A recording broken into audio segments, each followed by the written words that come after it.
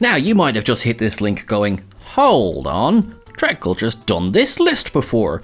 You cheating swine, look at you reusing lists. And no one would blame you because you're dead right, we have done this list before. However, we have got new names for you because Star Trek's after bringing back a whole bunch of names. You know, like, well, I don't want to give any spoilers away, but let's just say someone did a lot of travelling and then turned up. So, with that in mind, in this new list, I am Sean Ferrick for Trek Culture, and here are 10 Star Trek characters who must return. Number 10, Garrick. If we put aside for a moment the sheer fanboy element of this entry, there's a very real reason that Garrick needs to return to Star Trek. He's one of the strongest characters in terms of intrigue and development, while also now serving as a representative of the Cardassian Union in the years after the Dominion War. Star Trek Picard has shown the audience that an Alpha Quadrant that is more isolationist, with a Starfleet that was initially much more insular.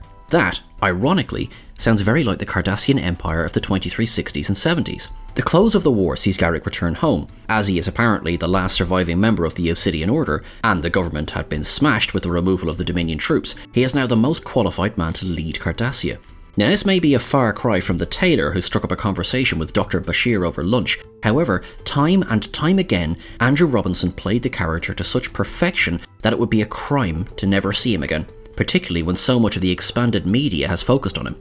Number 9, Barkley. Reginald Barkley may have originated on The Next Generation, but he's clearly suited the tone of Star Trek Voyager. First appearing in the second season, by the end of the series he was a de facto member of the crew, going so far as to establish regular two-way contact with the lost ship. Barkley is a clear stand-in for the underdog character in Star Trek. This much was evident on both shows he appeared on, but it was with his Voyager family that he flourished. Now that Star Trek Prodigy is exploring the period of time after Voyager's return to the Alpha Quadrant, with Admiral Janeway in command of the USS Dauntless, it makes sense for Barkley to join her crew as her techie. In a role that might probe similar to Oracle in the Batman universe, Barkley may not be the bravest of souls when it comes to physical combat. However, his innovations paved the way for distant contact. With the Dauntless en route to the Delta Quadrant again, he would be an ideal candidate to remain at Starfleet and to serve as a liaison with the ship, highlighting once again his importance with the lives and future of the crew of USS Voyager. Number 8, Harry Kim. The forever ensign Harry Kim badly needs to return. We've already had Tom Paris appear in Lower Decks, with Chakotay and Janeway appearing in Prodigy. Seven is of course a main character in Picard, so out of everyone left,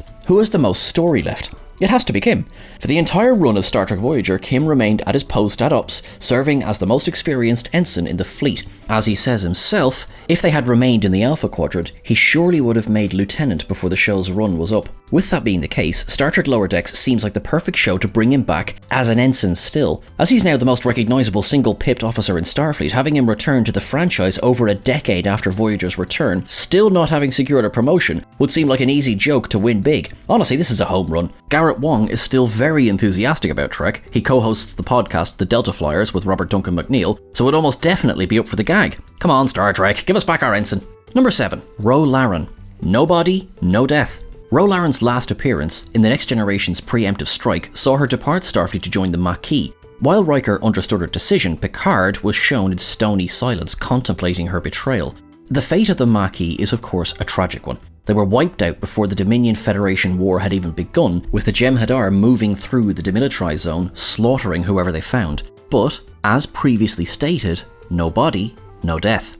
Now that Picard is entering its final season, with the veteran Admiral possessing 20 more years of experience, grief and growth under his belt, a final encounter with Ro Laron would be fascinating. While he may still hold a grudge against her for giving up her commission, how exactly might she feel about the organisation that effectively abandoned the Maquis to destruction and death? She left to fight for a cause she believed in. When the Dominion ships flooded through the sector and the shots started firing, who exactly betrayed who? This is a conversation that might echo through the franchise for years to come. Number 6, the Female Changeling. What You Leave Behind depicts the final days of the Dominion War. With their surrender, the female shapeshifter agreed to be taken into custody and stand trial for the crimes that the Dominion had committed. Odo's agreement to return and cure the Founders leaves the female shapeshifter in an interesting position.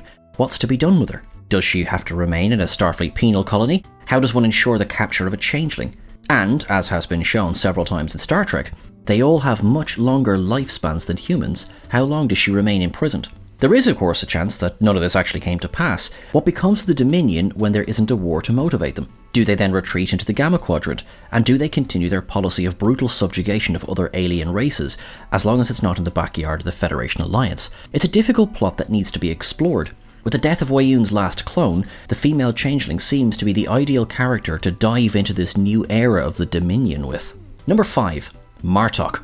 General Martok was elevated to the role of Chancellor of the Klingon High Council in the Deep Space Nine episode Tacking into the Wind. By What You Leave Behind, Worf was named as the ambassador to the Empire. One of the most common talking points since the beginning of Star Trek Discovery has been the dramatic change that the Klingons underwent. Their aesthetic was softened going into Discovery's second season, though they are still clearly quite different. Now that we've seen the images of what Worf is going to look like in Season 3 of Star Trek Picard, we know that Martok's appearance wouldn't change if he was to return.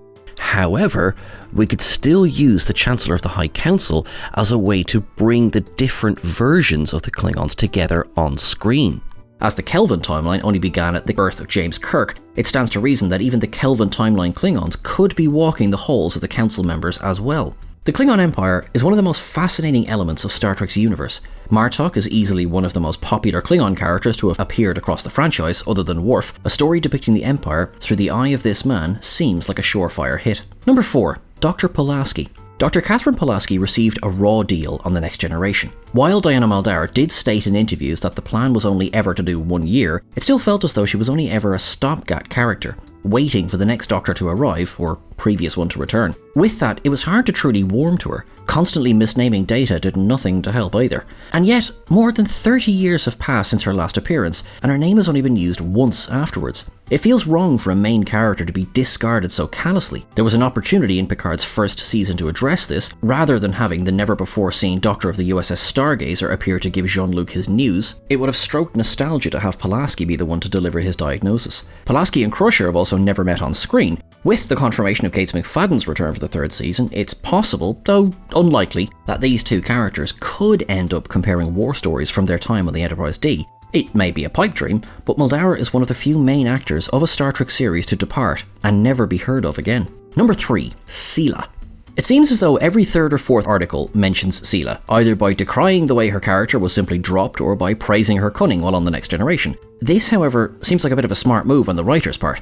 Picard deals with not only the aftermath of the Romulan supernova, the first season also dealt with his relationship with the Romulan people. Denise Crosby last appeared in All Good Things, though as Tasha Yar, Syla's mother. Now, from San Diego Comic-Con this week, it was revealed that Syla is not going to be the villain in Season 3 of Picard. That does not, however, rule out a return for Syla in the future, but it was said that Denise Crosby will be honoured in some way in the show. Now, whether that is with a holographic cameo, whether that is with a description of what happened to Syla after the events of unification, remains to be seen. Whether it is just a small cameo or even an image cameo, it would be so perfect to see Crosby return to Star Trek, even if she's not the main villain of the season. Number 2. Cisco. This is a no-brainer. The last time the audiences saw Captain Benjamin Lafayette Cisco, he was telling Cassidy Yates that he was off to study with the Prophets, but he may be away for a year or return yesterday. Well, Ben, it's been 23 years now. How are those studies going? In all honesty, the return of Cisco is a risk. For one, there is the fact of addressing his departure for so long. The Prophets are non-linear, so what kept him? How will Cassidy, Jake, or his baby, who he never met, feel about him? The age issue can be solved easily. For example, see how they handled Q in Picard Season 2. But truly, the return of Cisco feels like it needs to be its own entire story. This too could fall under Akiva Goldsman's anthology dream, which would also help to allay financial worries if the actors are only contracted for a single year. The documentary What We Left Behind outlines the potential for a Season 8 of Deep Space Nine, or the first episode at least. While there would have to be some story changes, there's no reason why Deep Space Nine should receive as little love as it has been in the franchise at present. Number 1. Trip Tucker.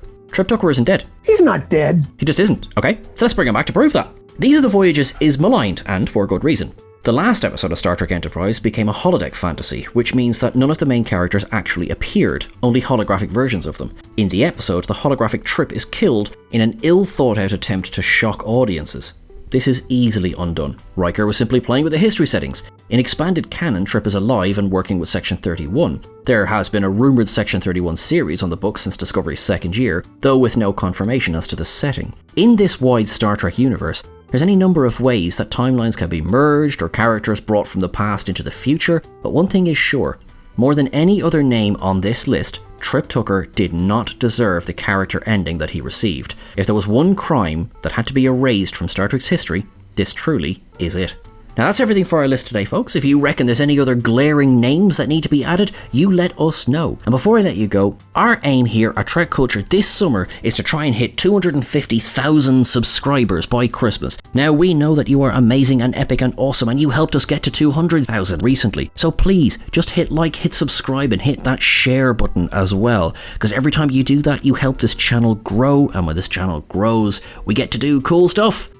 You are all wonderful, you are all awesome. If you want to get in touch, you can find us over on Twitter at Trek Culture, and of course you can catch myself at Sean Ferrick on the various socials as well. Whatever you do till I'm talking to you again, make sure that you live long and prosper, make sure you look after yourself, your friends, your family, and be kind to yourself. To my friends in Ukraine, you stay safe, you stay strong, we're thinking of you, and we send you all of our love. Everyone, have a wonderful week. Make it so.